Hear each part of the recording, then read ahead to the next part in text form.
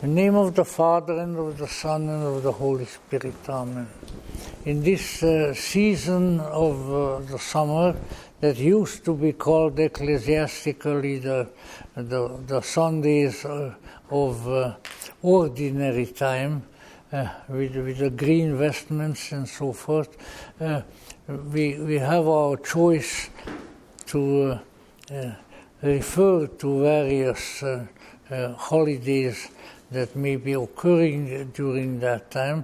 And the one that I have chosen to say a few words about today is one that is his day was actually this week, I think on the 4th of August, is the mysterious and yet certainly in France very prestigious figure of the Master Philippe of Lyons.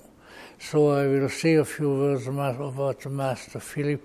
The Master Philippe's biography, which was written by Papius' son,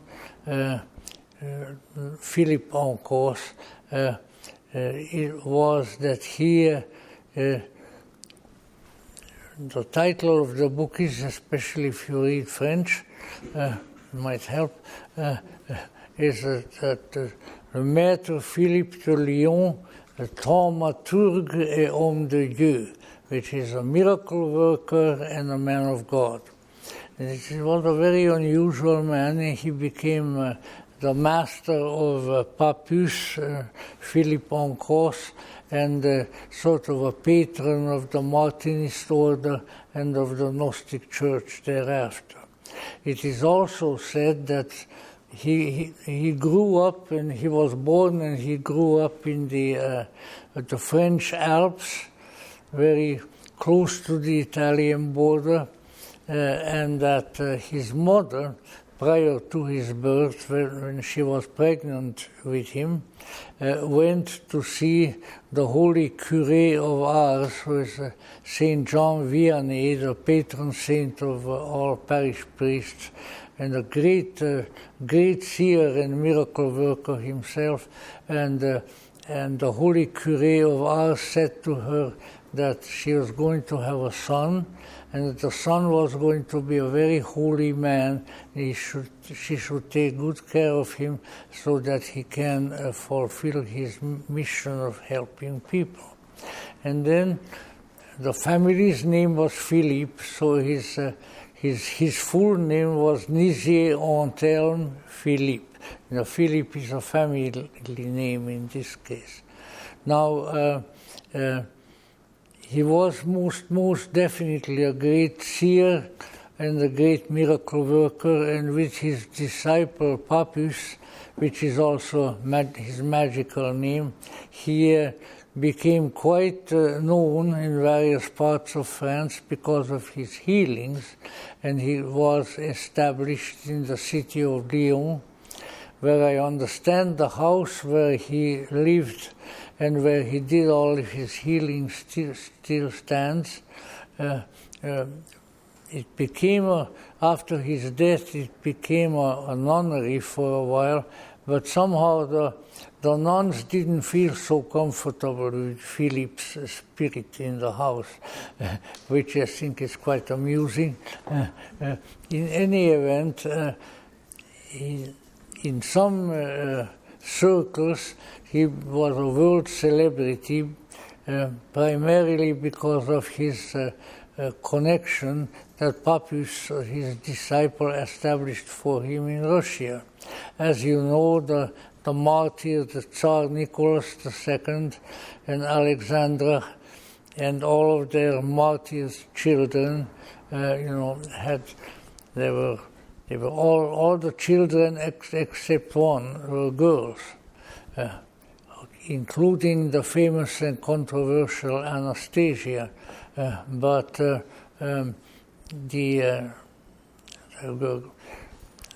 majority of the children were all girls, but there was one boy, the Tsarevich Alexei, who was, of course, also murdered by the Bolsheviks with his parents and with his sisters.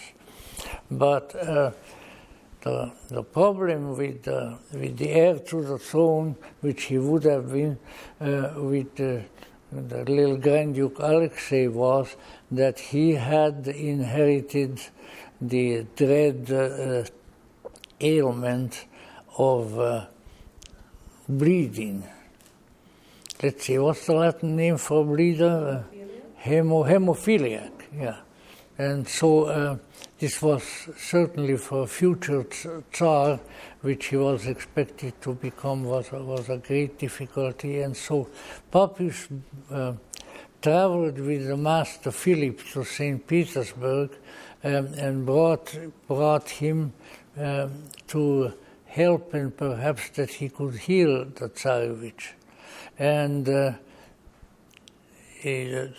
boy got very much better, and the Master Philip said that if he's able to meet with him about 3 or 4 more times, and great improvement could be made.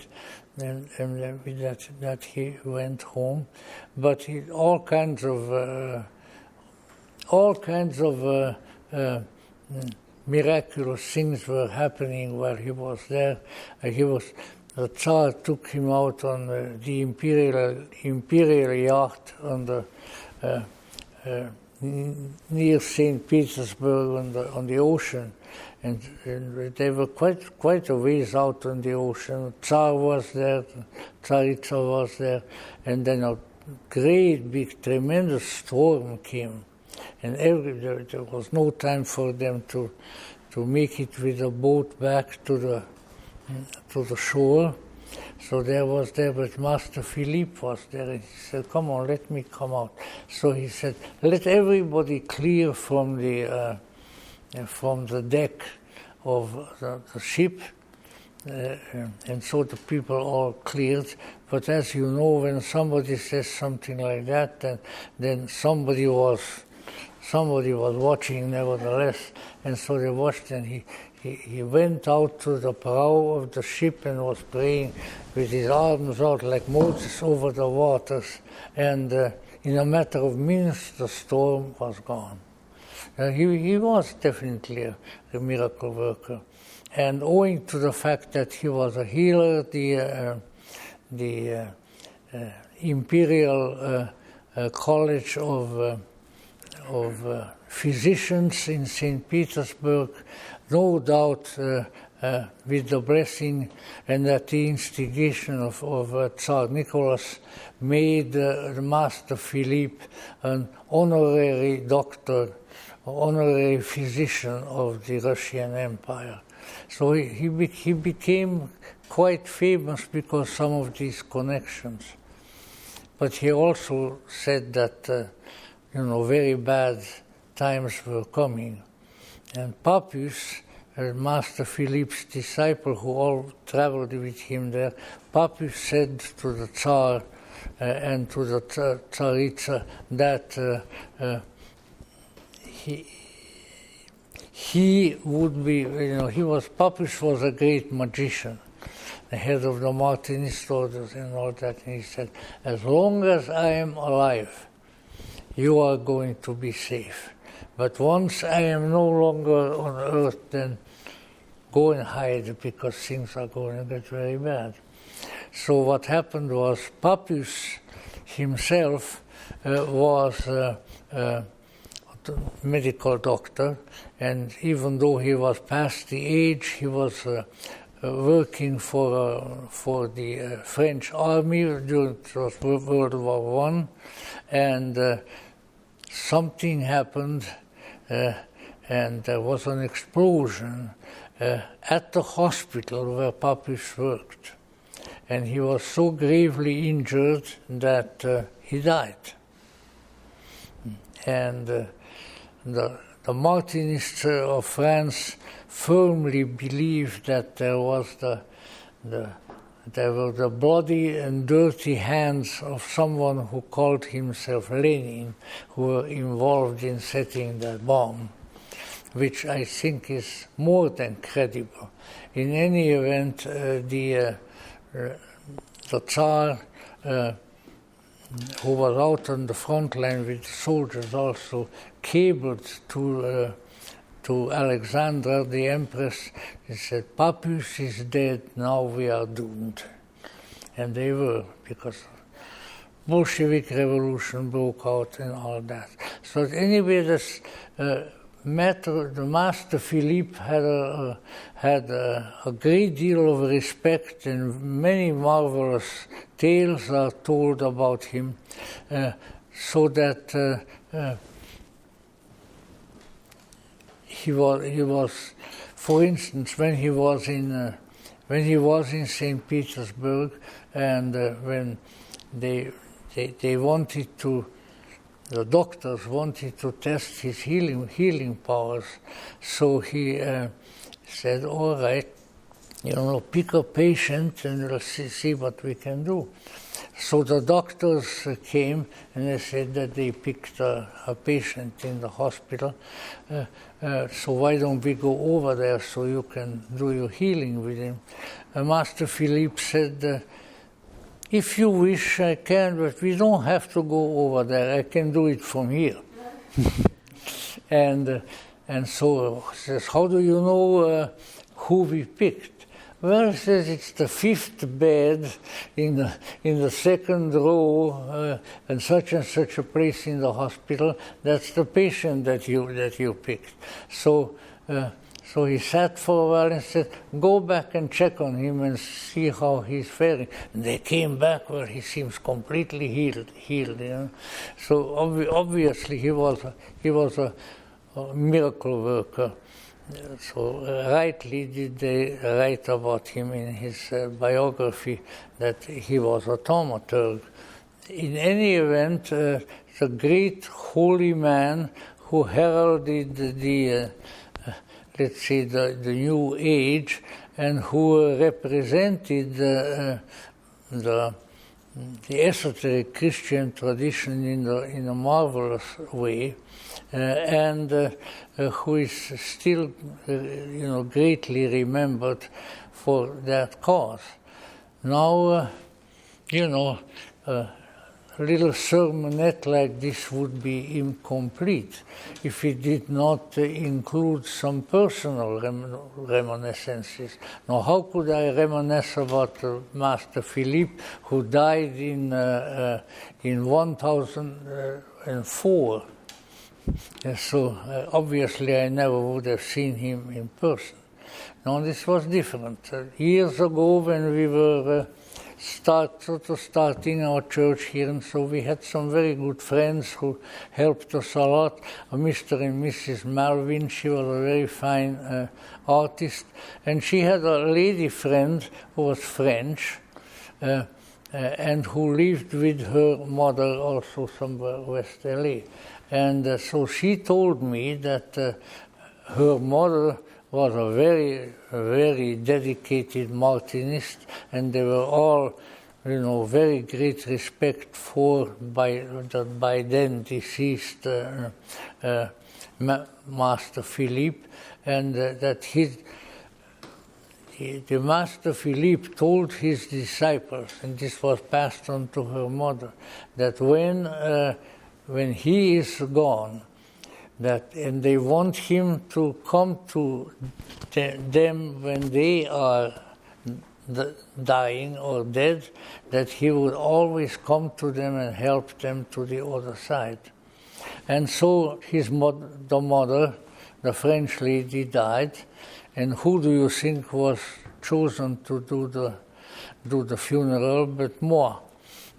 So I was there on a kind of a dais, and there was the coffin and everything else, and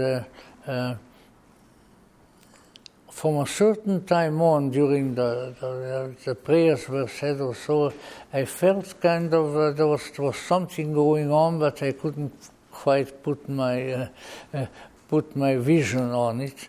But then, when the ceremony was over and I came down to the people, the lady whose mother had just died, she said, I saw someone was at a certain point during the the funeral service, it was all indoors, appeared. She seemed to have come out maybe from a back door. And so I asked her, well, what did he look like? And she said, well, he was in a sort of 19th century suit, fairly stout gentleman with a bowler hat on.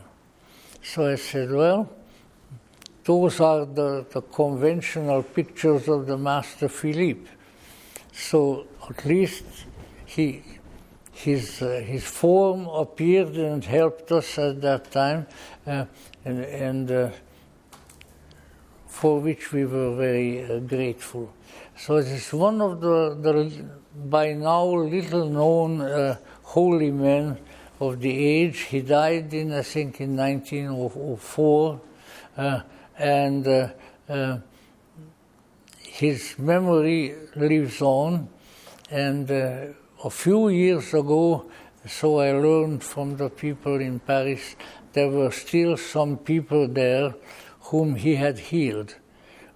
They were young people, and even though he died in 1904, they lived such a long time that they were still there. So this is sort of the main story of Le Bon Maître, as he was always referred to, the good master Philippe, and his, let's say, his influence, particularly on the esoteric community in France, which still endures, and there are books. At least I know I had about 2 books, which, however, I think I gave to somebody and I never got them back. And one is his biography, and the other one is a selection of his sayings, all various. They are all in French. In any event, we'll get them back sometime. So, there are saints in this world who are not declared saints perhaps by the Vatican, but who are declared saints by their own sainthood, and he definitely was one.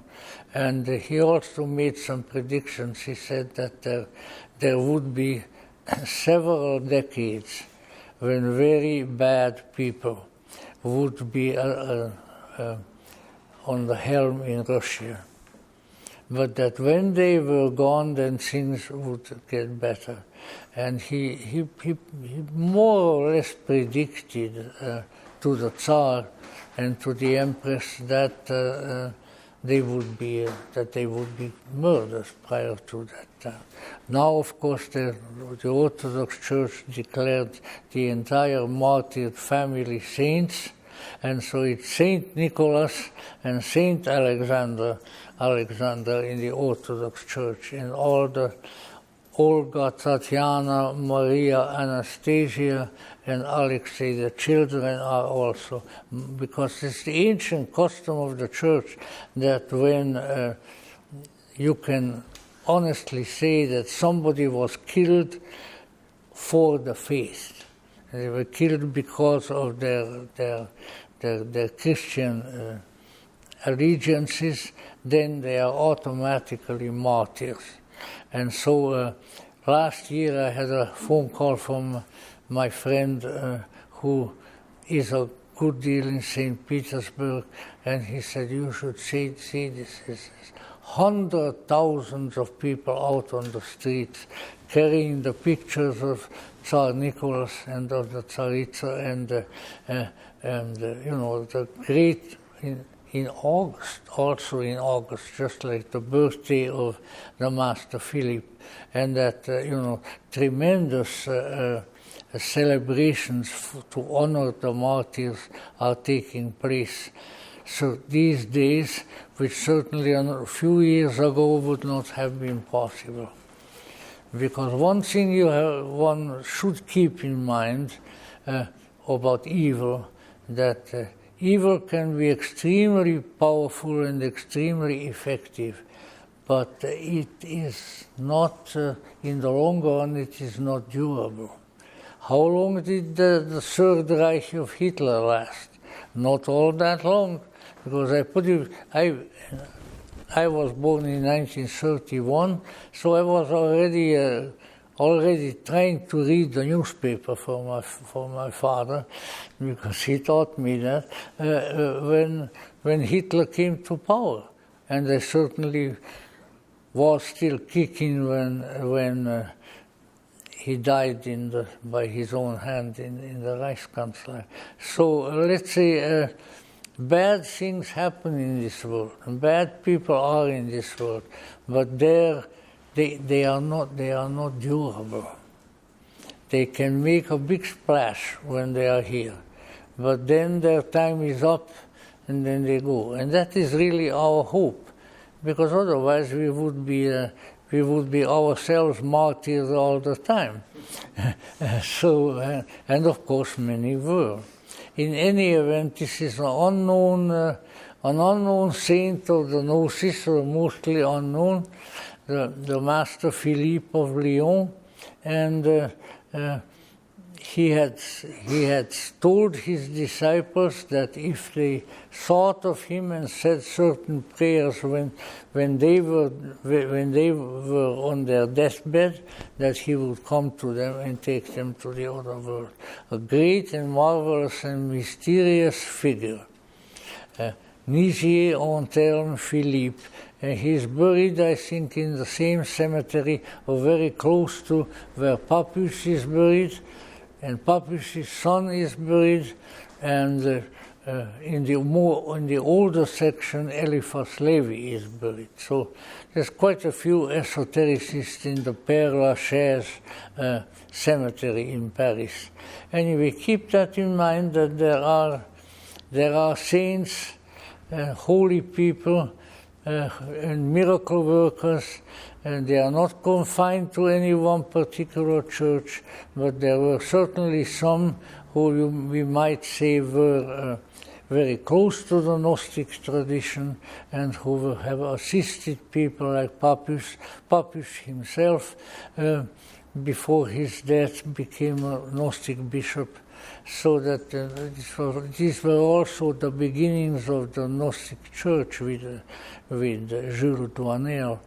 So let's be grateful for this, and if we remember them, then we can see that holiness, sainthood, sanctity is not confined to any one particular belief system, to any particular practice, but the holy man is holy altogether, as Jesus says in the Gospel of Thomas. And it's important to remember.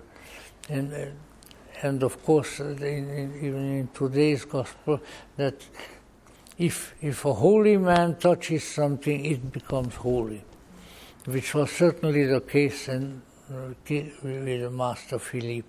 So I thought that, since that's not mentioned very often, that you would be interested perhaps in this little episode in the esoteric history, and to think of le bon maître, as he was always referred to by the people who knew him, the good master. And they asked him at one time whether he was reincarnation was going already in those days. They asked him if he was some earlier saint or biblical figure reincarnated, and he said no. He says, I am only the dog of the good Lord, le chien du bon Dieu. And he was, when he was little, up there in the alpine regions of France, he guarded sheep of his father's. So he knew about the sheepdogs, who are for the most part Hungarian pulleys, very nice dogs.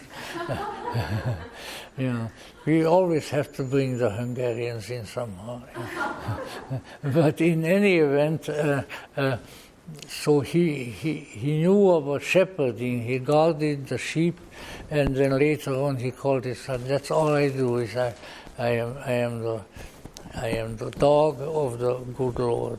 So that he was trying to take care of the flock, just like a good sheepdog. Very interesting man, and of course he was a great seer. I mean, I read biography about him, but I don't want to keep you here any longer. But let's say there's very impressive things have been written by his biographers. This was really an extraordinary and very, at the same time, very humble saint or saintly man. So let's keep him in mind too, and let's hope that the good master Philippe will look out after us too when we come close to where he is now, which undoubtedly is a very good part of the other world. And so may the mystery of that which hangs between heaven and earth descend upon us and remain with us always. Amen.